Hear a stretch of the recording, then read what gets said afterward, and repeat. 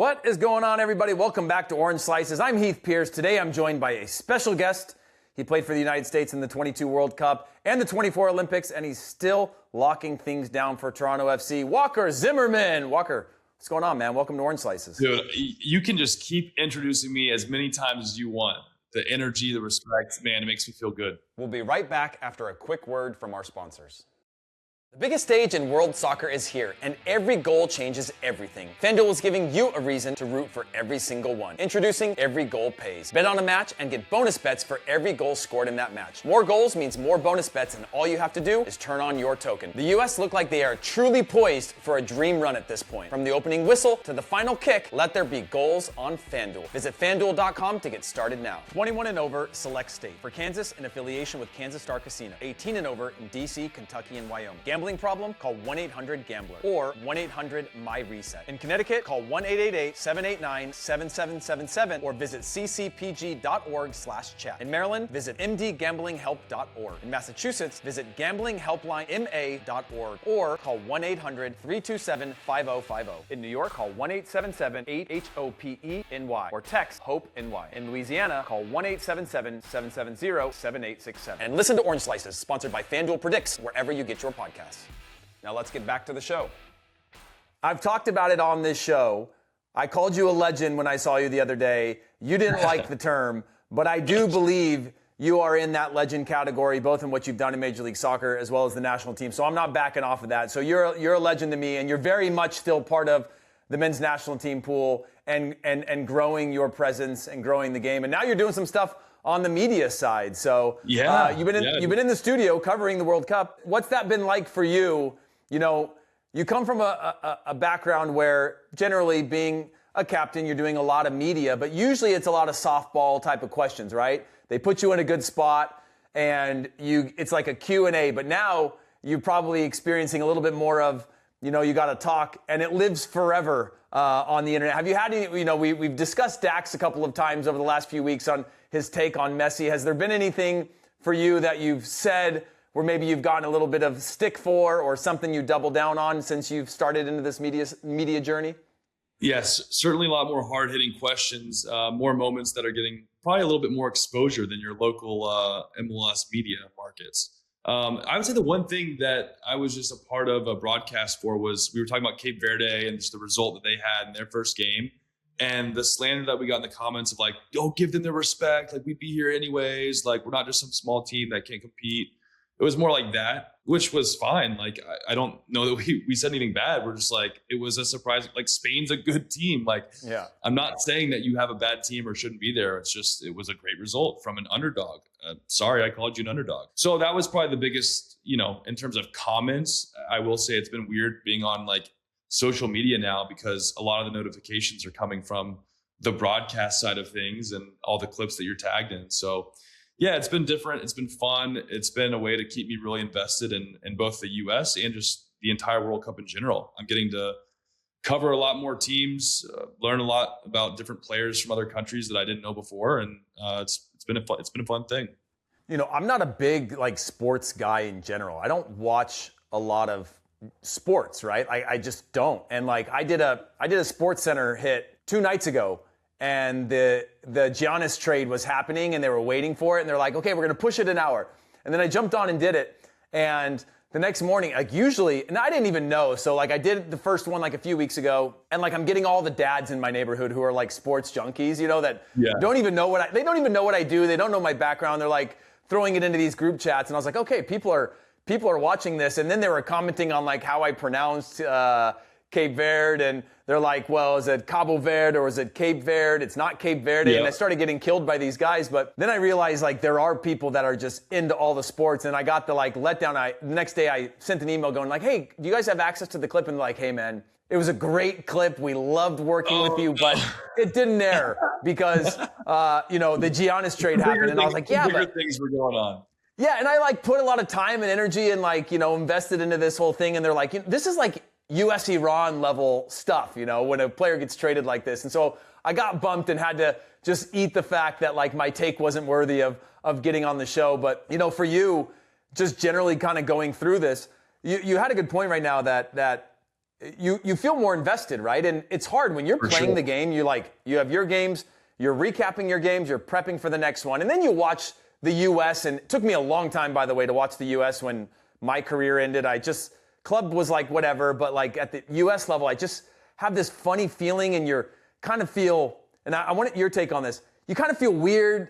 You're kind of like, oh, I don't want my left. Like I could be. I was like 6 years removed, and I was like, I hope this left back has a shocker tonight. I'm like, I'm not even. Yeah. I'm like, I could still figure this whole thing out. It's a bit of a weird feeling. But do you feel what's the feeling for you around the U.S. because you're still very much part of the player pool, and then two, isn't it great to kind of like broaden that spectrum because you're doing the research, you're doing the work, and now you have this whole new insight into the global game that you really don't have time for otherwise.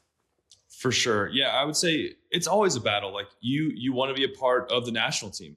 And so I've tried to work a lot on letting it be more about myself and my performances than like really rooting against, the defenders or the center backs. Like it's inevitable that you're watching. And if someone makes a mistake, like, oh, like I could have done that. Like I could have been there. But I've tried to progress more in my older age to be more mature about like, less wishing bad upon them and more like, well, let me just show that I'm better than them. Like, so I'm trying to take that approach with the US right now, like disappointed to not be there. Sure. But at the same time, like what an awesome opportunity I got to do at the broadcast side of things that I wouldn't have had. And I got more time at home. And now I'm finding myself fully rooting this team on. Like, these are my friends. These are my guys that I have worked with in the past that I want them to do well individually for their own careers. So I'm invested in the US for sure, like definitely rooting them on. And to your point, like learning about other teams, like that is something that I didn't do. I don't watch a lot of international football to begin with. And so the chance to look at some of these teams and players, and then when you're on a segment, I'm like researching about what could be a random player to some, and I'm getting their stats, I'm getting their club form, I'm getting their transfer history. And it's like, it's a pretty different side of things. I felt definitely more invested in each and every game. And not to mention you have predictions for pretty much every game. So I'm like invested in that too. It feels like, oh, I got to win this pick right or get this pick right. And my picks were terrible. Yeah, I mean, it didn't work. Yeah, I mean, but that's it's funny because when you're a current player, you have a little bit more of a hesitance to be like, I'm going to go out on a limb on this. But on TV, they're like, you can't call a draw for every game. You don't get to because we need you to pick one side or the other.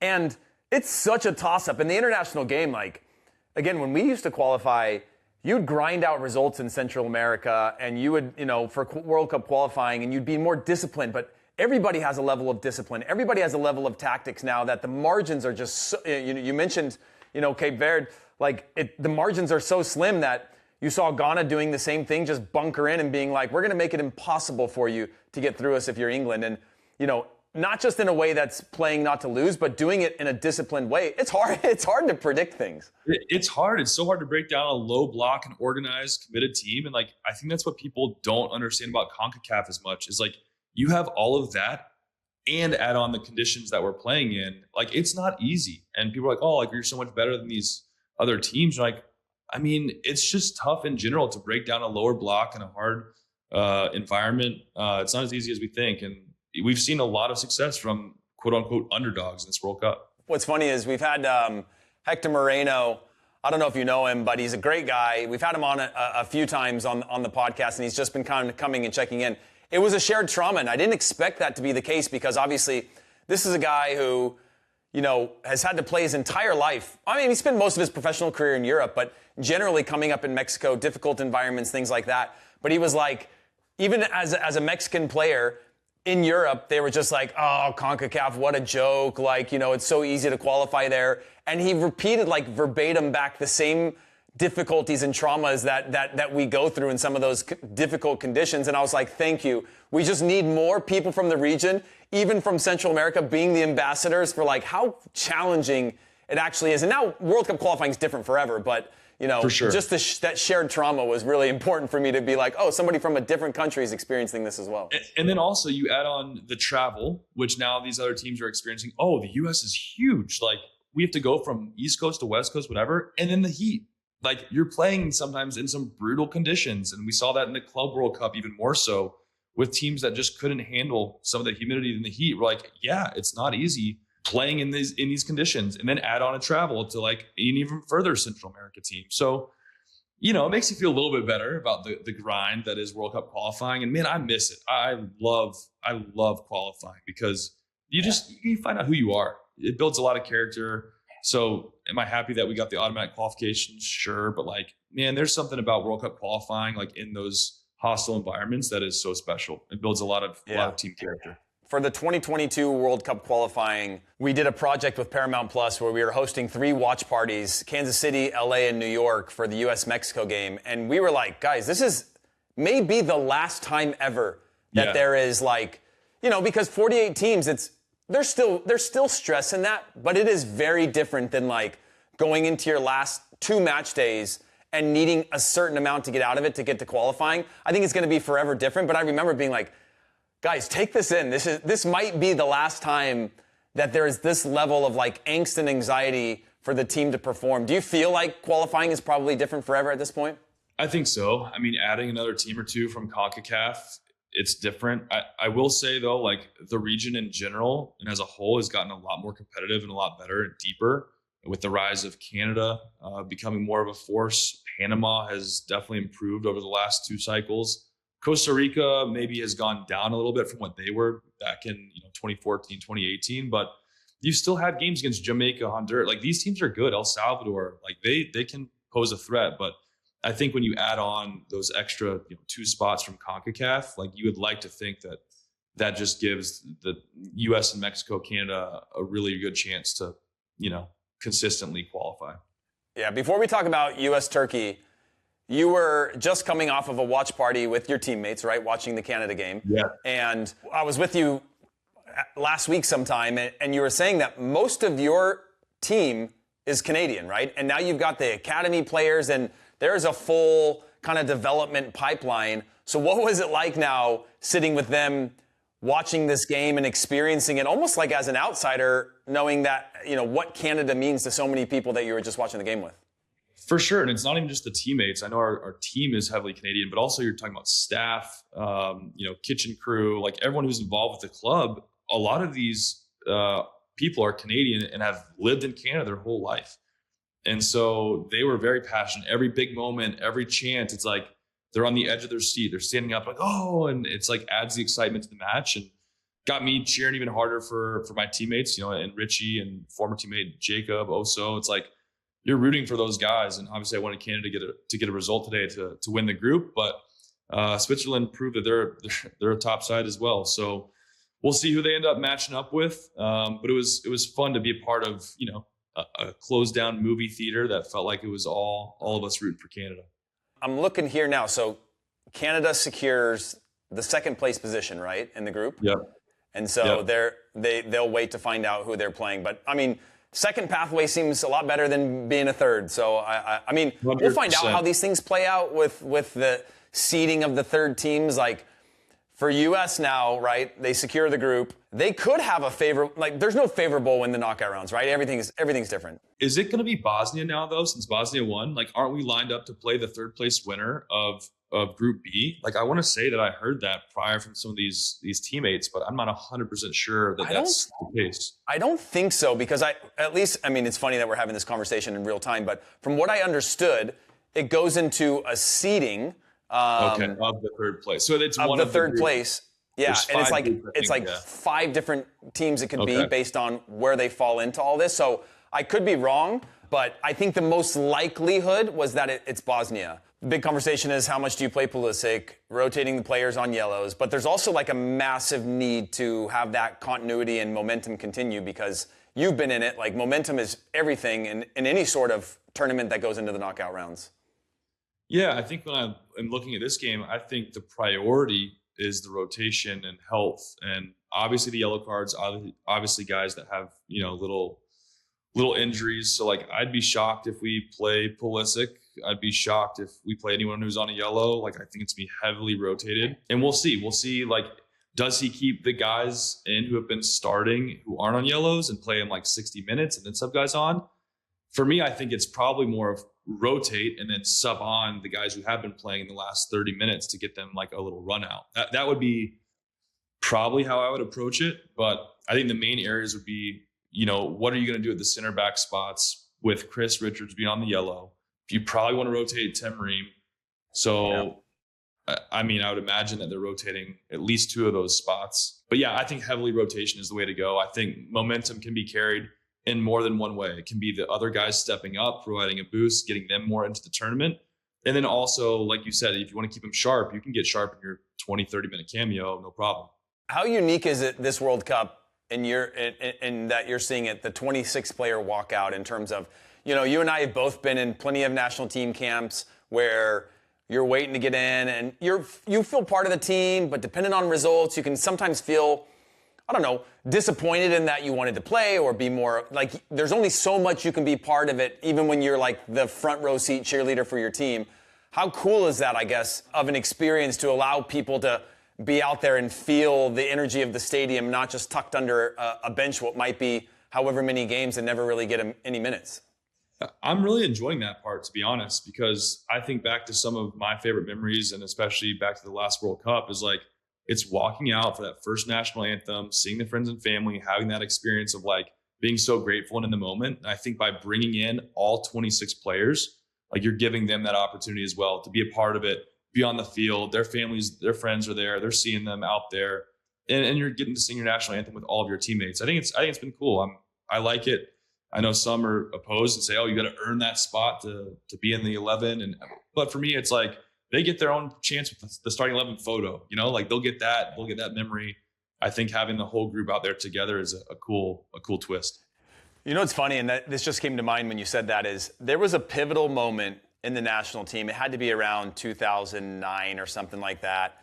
And they were structuring the bonuses, right? And obviously the squads have gotten bigger, the substitutions have gotten bigger, but there was a real split in our national team between, in the veterans that were getting sort of a voting right on this, between the game bonuses, right? And so obviously if the game bonuses are built for 20 players and you have 23 or 24 in camp and only 20 are dressing, there was a real split of like, guys were like, no, you got to earn your place on the field and you've got to. And then like Frankie Haydick at one point went to these guys and was like, you guys have no fucking clue. Like this is not, you're not earning in one training session your right to play on the field. Like this is a very subjective thing. This is a team. It is a group. And I remember hearing that and being like, this guy's a leader, And for me as somebody who, I either started and played the full game or I didn't play at all. I wasn't in, of like my 35 caps, it was probably like 2 substitutions and the rest were like either I'm in or I'm on the bench. And that was the role, and to have somebody like that stand up who was a veteran and was at the end of his career and was playing and could have easily been like, nah, this money's for me, this is money's for my kids, this money's for all the things that you can easily justify when money's involved. And to have that as a moment, and it's funny you said that because it just came back to my mind of like a pivotal moment to me of seeing leadership in real time of being like, oh, the guys who don't dress that are in camp, they get $500. And then everybody else gets the game bonuses that dress. And that was like put to bed. But there were some guys that were like, you've got to earn it. That sort of thing. And I just felt it was wrong. And to have a few of those leaders step up like Frankie, I was like, this is an incredible thing. Yeah, to your point, like that format did stick around for quite a bit because I know it was still going on when I was kind of introduced into some qualifiers in 2018, and they had the structure of like starting versus subbing on versus rostering versus not rostering, and the splits were very big. And it's like, yeah, you're still maybe making something, but it's nowhere near the same. And I'm not going to like divulge on all the breakdowns here, but I will say that is something that we changed as soon as we came in under Greg in terms of making sure that the guys who were even not appearing were getting paid, that we paid everyone out the same in terms of, being involved in the group. And then once we got to qualifying, we did have a little bit of a structure, but we narrowed that margin a lot closer to make it what we thought was more fair and equitable. And like everyone was invested and part of the team and felt taken care of in a way that was probably different than, 10, 15 years ago. Yeah, and I think that's so important because it's a lot of mental stress when you go into camp, right? Like you're competing, you're doing the best that you can, but there's still a lot of things that are out of your hands. And you got to prove yourself at the club level, and you got to prove yourself at the national team level. And I'm by no means trying to create a scenario that's like a participation type of reward. Well, but you can argue that it's harder for the players that are in camp and not playing than it is for the guys who are in there playing. I think that is pretty fair. Both like maybe like physically, maybe you're not hitting as many meters, but you're having more hard days because now you're training really hard on the post-match. If the game ends, you train right after and you get a crazy workout. Yeah. And then you don't get the regen on the other day. Like you're pushing again. So I think mentally, like it's a grind in a different way. It's easier to run and get your meters in when you're playing a full competitive match than to just do some runs and small-sided afterwards where you're just getting a crazy workout in a short amount of time. Yeah. And it's easy in those moments to feel isolated because, like you said, you're not playing. Then you're kind of adjacent to the group.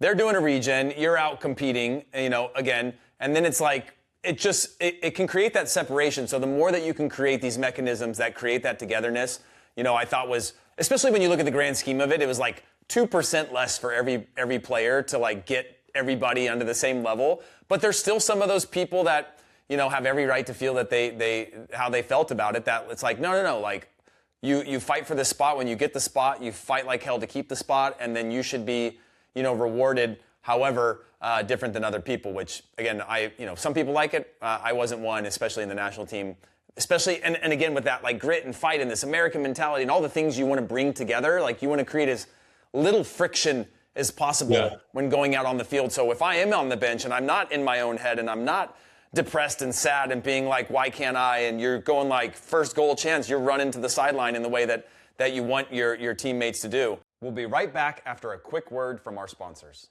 The biggest stage in world soccer is here, and every goal changes everything. FanDuel is giving you a reason to root for every single one. Introducing Every Goal Pays. Bet on a match and get bonus bets for every goal scored in that match. More goals means more bonus bets, and all you have to do is turn on your token. The U.S. look like they are truly poised for a dream run at this point. From the opening whistle to the final kick, let there be goals on FanDuel. Visit FanDuel.com to get started now. 21 and over, select state. For Kansas, in affiliation with Kansas Star Casino. 18 and over in D.C., Kentucky, and Wyoming. Gambling problem? Call 1-800-GAMBLER or 1-800-MY-RESET. In Connecticut, call 1-888-789-7777 or visit ccpg.org/chat. In Maryland, visit mdgamblinghelp.org. In Massachusetts, visit gamblinghelplinema.org or call 1-800-327-5050. In New York, call 1-877-8-HOPE-NY or text HOPE-NY. In Louisiana, call 1-877-770-7867. And listen to Orange Slices, sponsored by FanDuel Predicts, wherever you get your podcasts. Now let's get back to the show. Let me ask you about your time, some of your time under Pochettino. What was that experience like for you? I've talked to a few of the players, and they said like the intensity sometimes, like 2 days before a game, is like through the roof in terms of like load overall versus sort of the modern game, which is much more data-driven measurements of training. But overall, what's the environment like? Everyone talks about the intensity, and I think I hear it, and it's not to say that we weren't intense under other coaches. Like I've been involved under other national team coaches. It's just a little bit of a different style of training session. Mm-hmm. So I think the biggest difference for me and for those who are listening in is like they emphasize a lot more harder and quick action. So like even the smaller spaces, XLs, decels, like very much the sprint, stop kind of training session that can really load your legs and make you a little bit heavy versus the full-on 11s. You're in big space, you're actually playing. You will do some of that in camp throughout the week, but the days that are harder, I feel like are more focused on some smaller, tighter spaces with a lot of XL decel rather than like total meters. Mm-hmm. So it's just a different way of loading the legs, but they see those as football actions. Those are the moments that really matter. It's closing down 10 meters, then recovering 10 meters. So they really put an emphasis on those short and intense actions. What do you think is a measurement of success for this team? And it's all about draw, and then it's all about being perfect on, like near perfect on that day. And we're seeing that across the biggest and the smallest teams of like, if you can execute your game plan perfectly, you've got a chance against anybody. But it really does, what we haven't experienced outside of that first game against Paraguay is a moment of weakness where a compounding series of mistakes happen, right? You miss a header, you miss a challenge, you arrive late, you get scored on. And that happens all the time, right? And at the club level of just like how you break down a goal is never like, oh, the guy missed a header. It's like a series of events and breakdowns. Yep. We haven't had to face that yet, other than like a challenge at the near post from Freeman to get there first, or a block from Tyler Adams in the box where he's arriving at the right time. But against a good team or a top opponent, like you might have to do that 7 or 8 times to stay perfect in the game. So obviously it's tough to really measure the success so far, other than, again, being, at least in my opinion, being united, being cohesive in the way that they're playing, having that energy and really dictating. But not knowing that gives me fear of like what happens when another opponent can do all of that as well and maybe have a few difference makers. So for you, what's the ceiling for this team, at least in what we've seen so far? Yeah, I think people look so much into finding like, oh, is it making it to a certain round, or like going to the semifinal, going to the quarterfinal? And it's like, for me, it's less about that. And like, can we just put together where every performance is something that we can hang our heads on and be like, that was an all around, like we fought hard, we created chances. The other team got some chances because they're a good opponent and they score. Like, make sure that we play our game and have a good game in each outing. And we will give our chance ourselves to win if we do that. I think when you look at our group, we've gotten fortunate. Like there is a lot of optimism and a lot of reason to be excited about our 2 performances. And yes, like own goals can be created from good actions, but that's changed the way that the games have gone. And the reality is this Turkey side is the second best team in the group. I don't care that they're not going through. They're better than Paraguay and they're better than Australia. They've had 62 shots in 2 games.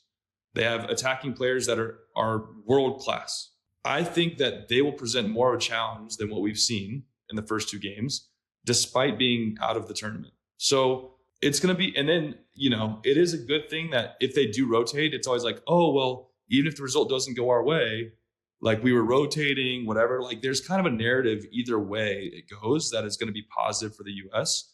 But I am hesitant to be overly optimistic because of how the 2 opponents have performed against us. And yeah, a lot of that is how well we do, but like the reality is I think this Turkey A team is better than the other 2 by a little bit of a margin. And so I'm curious to see what kind of team shows up there. You getting to experience this is again a very unique position in that you're very much part of the pool, you're very much still playing, but you've also got to be the analyst. But it's also in our country, right? And so getting a chance now to see maybe some of your soccer adjacent friends and family, and I'm sure it's annoying to you in that position because you want to be on the field and you want to be with the team, but has it hit you on just how big it's become for maybe the adjacent fan or just general sports fan of just feeling like, okay, maybe we're naive in the sense of like how much momentum we really have, but just generally seeing everybody be like, let's go. Yeah, I think it's a great word because I think we are being a little bit naive in how well positioned like we are, like how good we've been. I don't want to take anything away from the group because they've put together 2 good, solid performances. But the reality is the teams on the day that we faced were not great. And Turkey should be a better challenge. Now we have afforded ourselves an amazing chance to have a great draw for the round of 32. So a lot of reasons to be optimistic. But we haven't faced that kind of world-class opponent that, looking back to that Germany game, looking back to the Senegal game, really good performances from us, but they were a lot different games than the ones we saw against Paraguay and Australia. So I think it's the perfect situation for getting that soccer-adjacent fan to be excited about because now it's like, oh, US, like we won the group, we're moving forward, like this is it.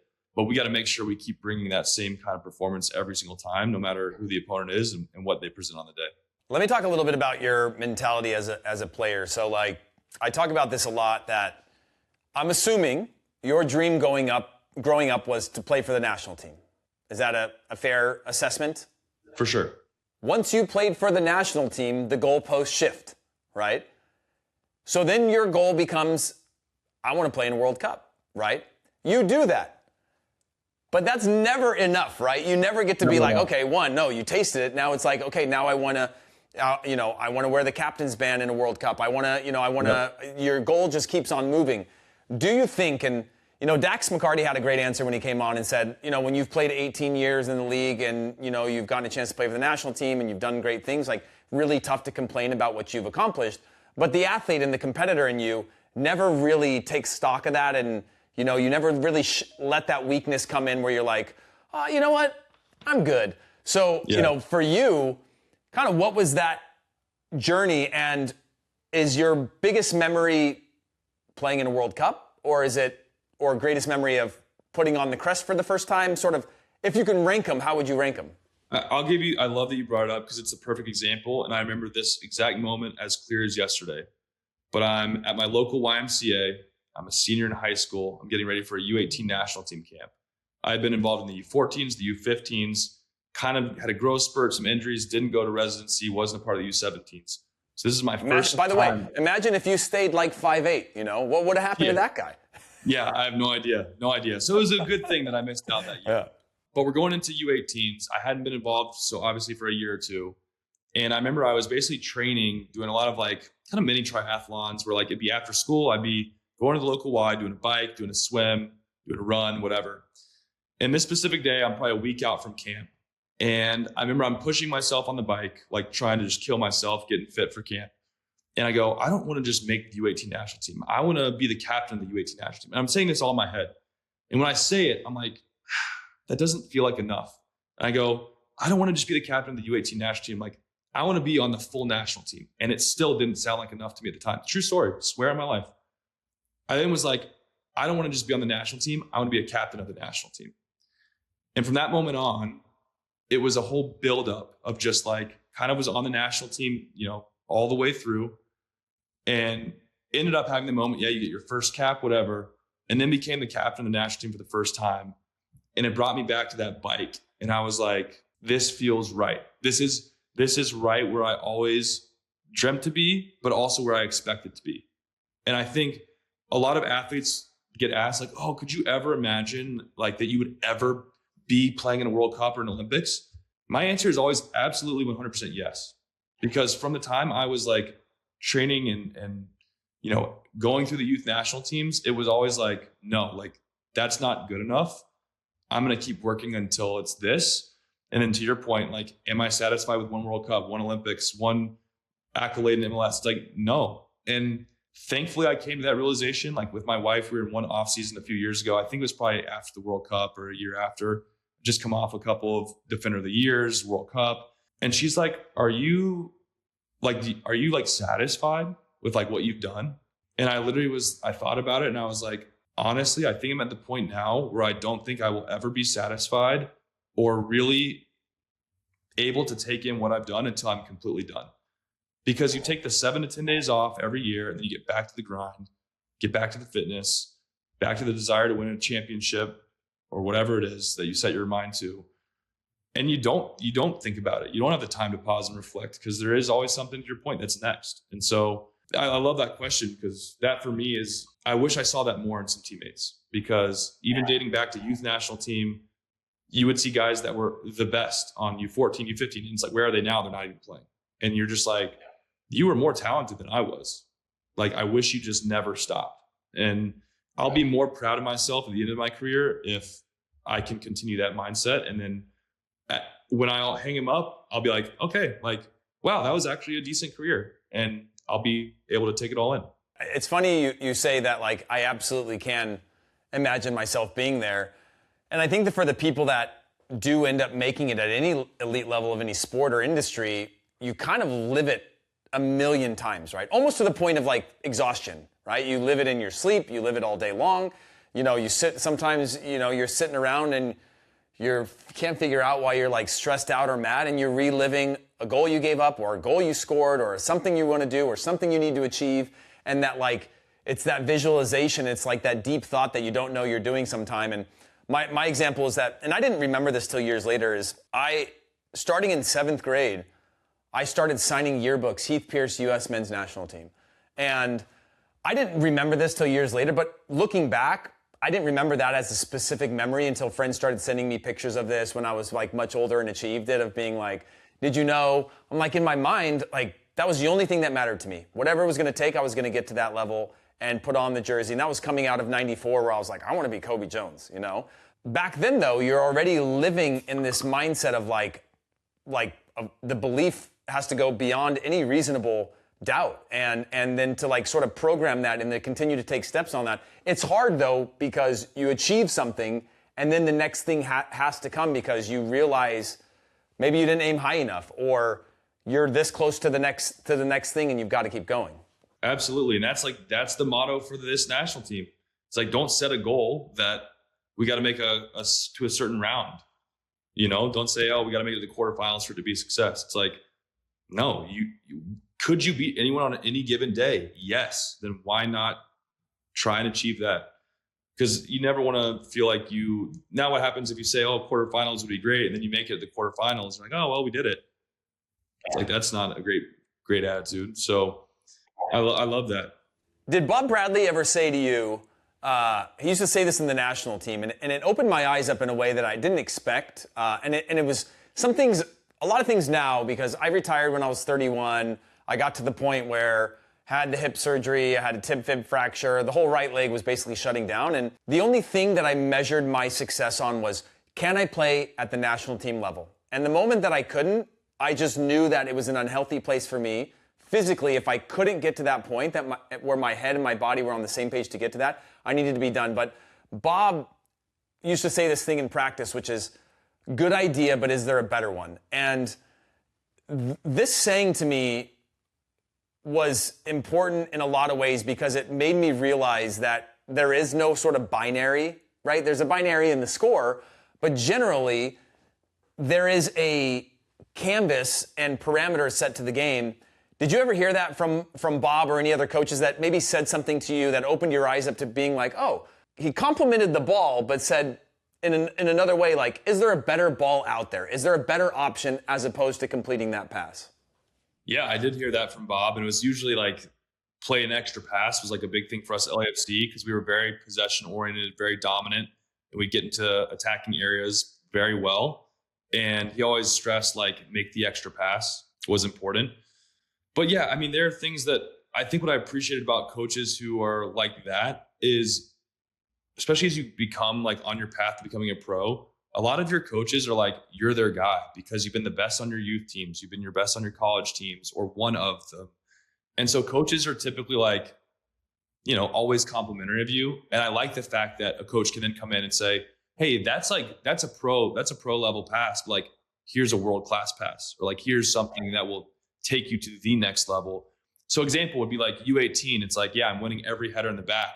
The coach is like, hey, I know you're winning like every header, but can you complete every header to one of your teammates, not just win it like aggressively and like long and far? Like, can you find a teammate? And so now I think that's like one of my best traits is being able to not just win balls in the back, but like very specifically and accurately place those aerial duels. So that's an example for me in my position of don't just win the ball, but like, can you keep it with a header? So that was a small detail that goes a long way.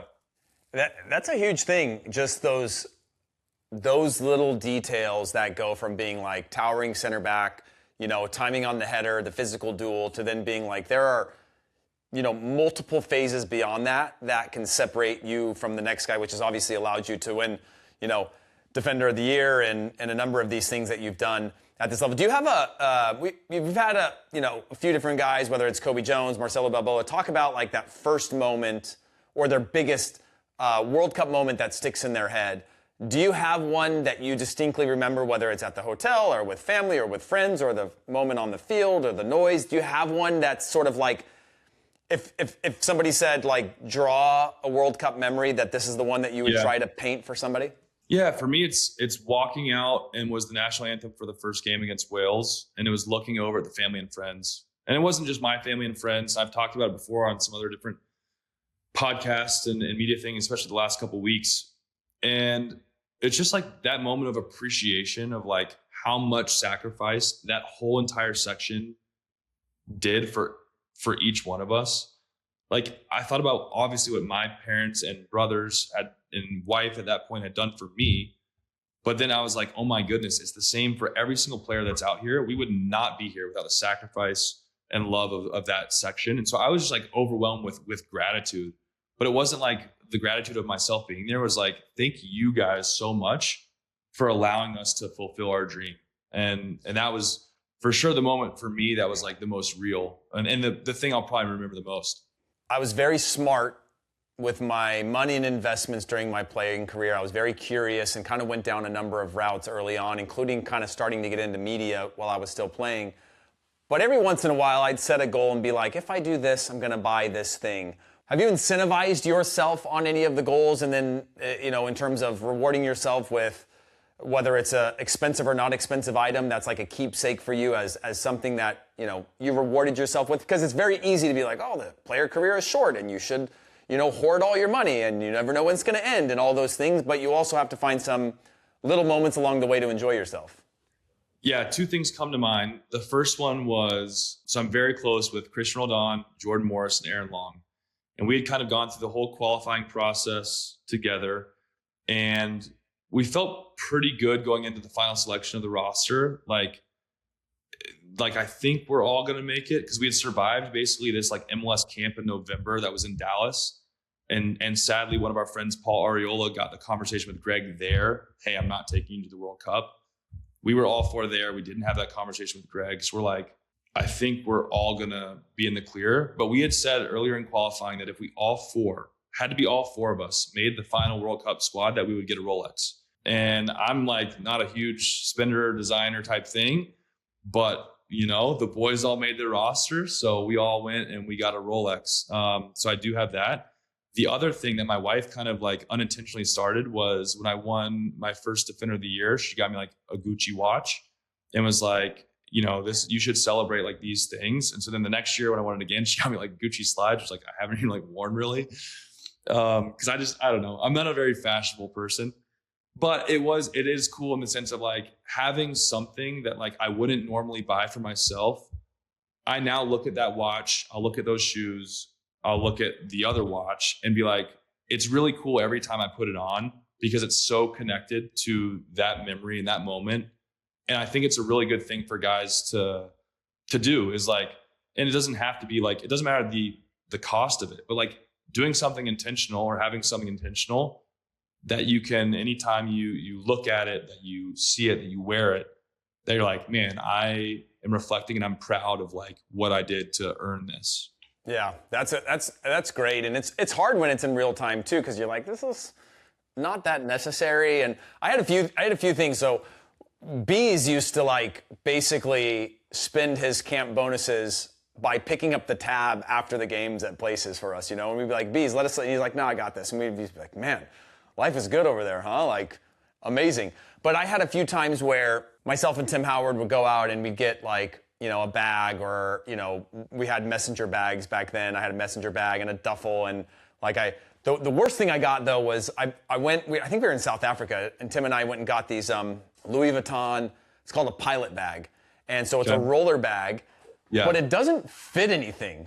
Like to the point where it's like I've like the only benefit that I have is like, oh, my kids will get really cool like vintage stuff someday, and like that's also the problem is I've realized like that's my wife's justification for wanting nice things now, which is like, oh, the kids will get it, but like it's a completely useless thing. But when I got it, it still felt like I believe that was Confederations Cup and we went and got it. And still to this day, I'm like, completely useless piece of luggage that like the kids could use for like a one night sleepover because it actually doesn't fit anything, but also like a really cool memory that, it's hard to explain when you're in camp and when you go through things and, we beat Spain in the semis and you lose to Brazil in the final, but it still feels like this really massive thing in your history. You can only tell a story so many times. So to have something outside of a jersey or, a match ticket or something does feel like a reward. Do you think you'll keep that going?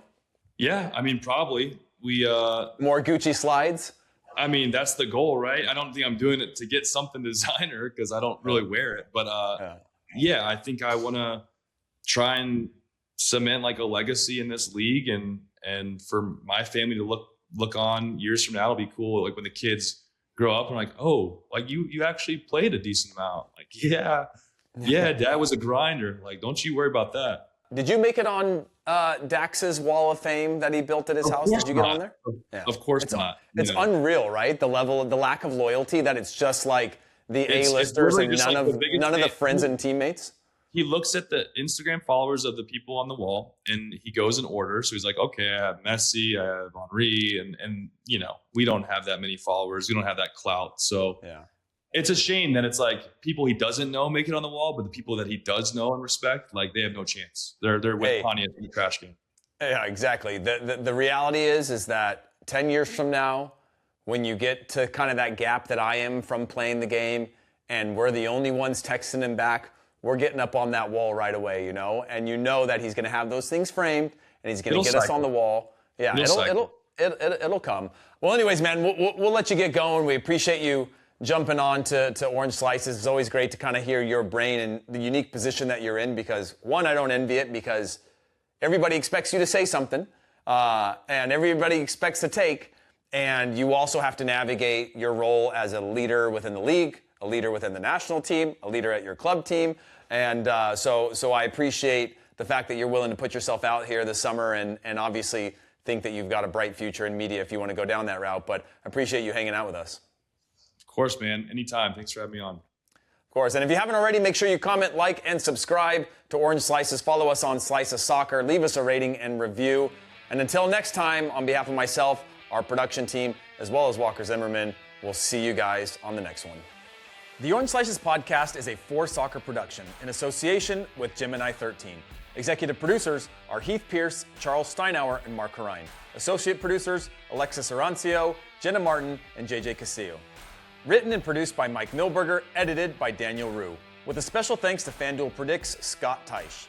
Orange Slices Podcast 2026, all rights reserved.